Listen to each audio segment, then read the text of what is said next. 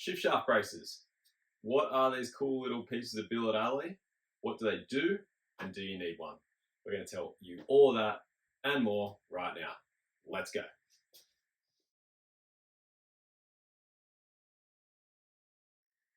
So we get a lot of emails and DMs, and we definitely see a lot of chat on the Facebook groups about whether you need a shift shaft brace. Whether you do or not, 100% comes down to what bike you ride. If you ride a CRF 110 any year, so 2013 and up, the shift shaft brace is what we think a must-have, whether you're an adult or a child. The shift shaft on these bikes, which we'll show you in a sec, super easy to bend, so we recommend sticking one on straight away. If you ride a KLX 110, it's a nice to have. A lot of people get away without them, but it's a nice piece of insurance. If you ride a TTR 110, like this thing here, or a CRF 50, like this guy, well, it's not exactly a 50 these days, but it's based on a CRF 50, you don't need one. And that's why for TTR 110s and CRF 50s, you can't find them on the market. So we're going to go through it right now and show you the difference between the bikes, why each one needs one, and a few other tips along the way. Okay, so we're going to show you what the shift shaft is and how the brace helps to support it. So you can see under here, you've got your shifter, you've got your shift shaft with your shift shaft brace in the middle of them supporting it. So there's a fair bit of distance there, and all you need is a good whack on this shifter.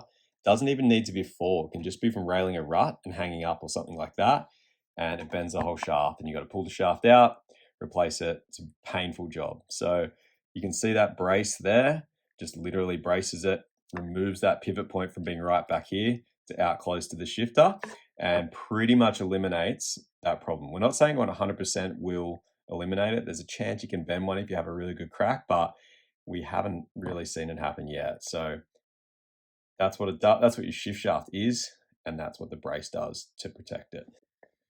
So if you remember earlier, we said the TTR 110 doesn't need a shift shaft brace. Now that we've shown you the CRF 110, you'll be able to see the difference straight away. So there you go. You got a shifter, you got a shift shaft, and you got the motor. Barely even room to get a shift shaft brace in there if you really wanted to. So you can see that inherent issue with the CRF 110 doesn't exist on the TTR 110. So TTR guys, you're in the clear. Go take your $50 and go spend it on something else nice for your bike. So CRF 50s are a bit of a unicorn. They do have a bit of distance. You see, now don't judge this bike. This is, I think, 08 spec, my old Supermod race bike, that's or 10-inch race bike, I should say. We're in the process of dragging it out of the dungeons and getting it back together. But everyone, you can see there is a lot of distance. We've never actually seen one bend or break in our lifetimes anyway. So that's why you don't really see them on the market. I think maybe G-Craft and a few brands like that do them, but it's not something that's really required.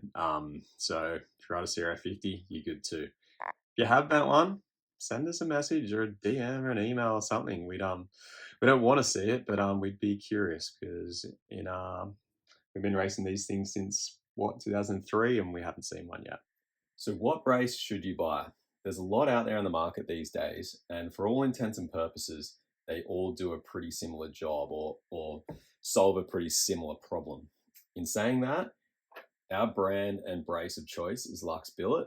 They're a really nice product. They're 100% made in the USA, and the quality is second to none.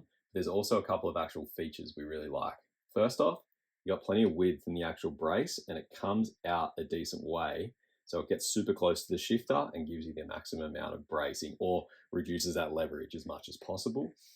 The other thing is, though, it's got a bronze oil embedded bushing within the brace where it actually comes into contact with the shift shaft. So that is actually self-lubricating, and it prevents any galling, and it just makes sure the shifter and the shift shaft runs super smooth for years to come. For the CRF 110, because you're adding a bit of length to where your bolts are going in, they give you extra bolts with it. And they also make a version for the KLX 110. So now you know what a shift shaft brace is, what it does, and depending on your application or your bike, whether or not you need one. There's a couple of other important things to know. One of the most important things is if you ride a CRF 110 particularly, or a KLX 110, try to get your shift shaft brace on as soon as you buy your bike, particularly if it's a brand new bike. The shift shafts are pretty easy to bend, and often if you just give it a slight tweak, you won't know it's bent until you go to put the brace on. And we often get people hitting us up, or we see people a lot online saying, there's something wrong with my shift shaft brace, it doesn't fit right. You know, they start going back to the company they bought them from or wherever else.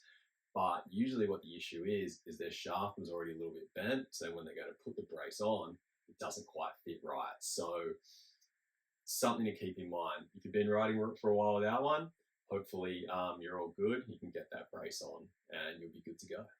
Secondly, when you're doing your shift shaft brace, you've got to take your gear shifter off. While you're at it, consider going for an aftermarket shifter with a folding tip. So a lot of people think the aftermarket shifters, besides looking super cool, a lot of people think it's all about the extension, but it's actually not. So this is our MiniRacer shifter. It's only 5 mil longer than a stock gear shifter. So it's actually not a whole lot of length. It's just a little bit easy to get your toe under. The biggest benefit of running one of these, besides being lightweight, alloy, and looking super trick, is that folding tip. So one of the most common things you see when you get adults riding pit bikes is they're leaning the bikes over a lot more than your average maybe 7 or 8 year old is, and also often riding in rutted tracks. So think about it, as soon as you get in a rut, the ground comes up closer to the bike and you start dragging pegs and shifters a lot. So that's where we see a lot of shift shafts, I should say, start to get bent. It's often not in crashes, it's just dragging shifters and the whole thing going up. So often when you're going forward motion, when it starts to drag, your shifter folds and that takes away that impact. If the shifter doesn't fold, the whole thing goes to bend. And that's why you'll see with a lot of people riding stock shifters, the shifter's kind of twisted and bent up. That's from catching in ruts usually, not actually crashing. And a lot of people don't realize that's when it's happening. So when you go to put your shift shaft brace on, think about grabbing an aftermarket folding shifter as well. So there you have it, the lowdown on shift shaft braces. If you ride a CRF 110 any year and you haven't done it already, we highly recommend you get yourself one of these things.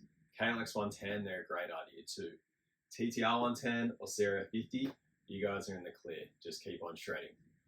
All of this product's available on miniracer.com.au or pretty much all of your best mini bike specialists out there. If those guys or your local dirt bike shop don't have it in stock, tell them to give us a holler and we'll get them sorted. Thanks for watching. See you next time.